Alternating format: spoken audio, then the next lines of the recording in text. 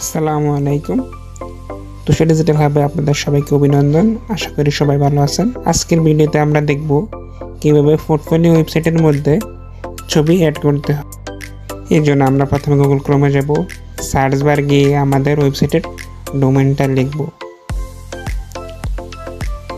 WP admin দিয়ে একসাথে আমরা ওয়েবসাইটের ব্যাকএন্ডে চলে যাব।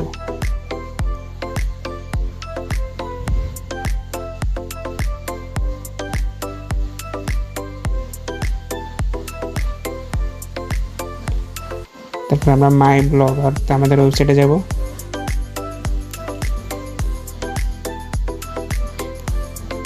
এই যেখানে যে ছবিটি দেখা যাচ্ছে এটা যেহেতু আমাদের নিজস্ব ওয়েবসাইট, এখানে আমরা আমাদের নিজেদের ছবি অ্যাড করব।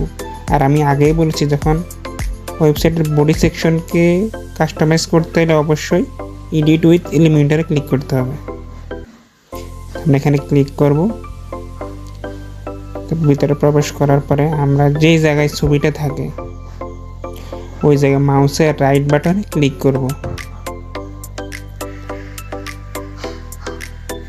নিচে একটা স্ট্রাকচার, আমরা এখানে ক্লিক করার পরে আমরা এখানে লেআউটে যাব। এখানে আমাদের আগে যে ছবিটা ছিল এটা আমরা ডিলিট করে দিব, অর্থাৎ রিমুভ করে দিব।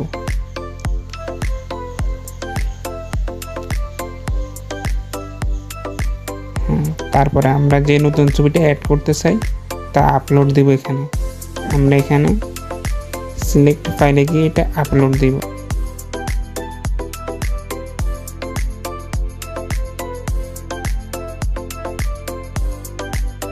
আমরা যে ছবিটা এখানে অ্যাড করব তা খুঁজে বের করব আমাদের পিসি থেকে।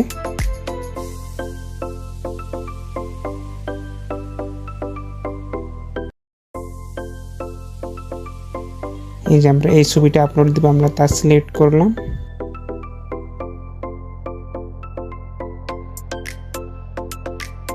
একটু অপেক্ষা করব।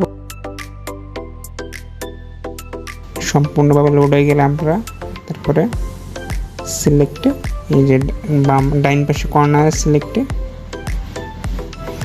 ক্লিক করব।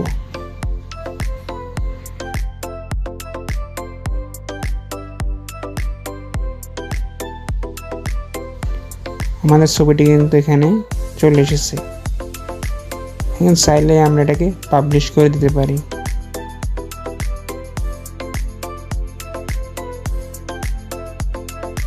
আমরা এখান থেকে পাবলিশে ক্লিক করে এটাকে পাবলিশ করে দিব। এরপর আমরা ওয়েবসাইটটাকে রিফ্রেশ দিলেই দেখব যে আমাদের ছবিটা এখানে আপলোড হয়ে গেছে। এখন বোঝা যাচ্ছে যে এটা আমাদের ওয়েবসাইট। তো আজকের ভিডিও এই পর্যন্তই। ভিডিওটি ভালো লাগলে অবশ্যই লাইক, কমেন্ট, শেয়ার করবেন। ধন্যবাদ।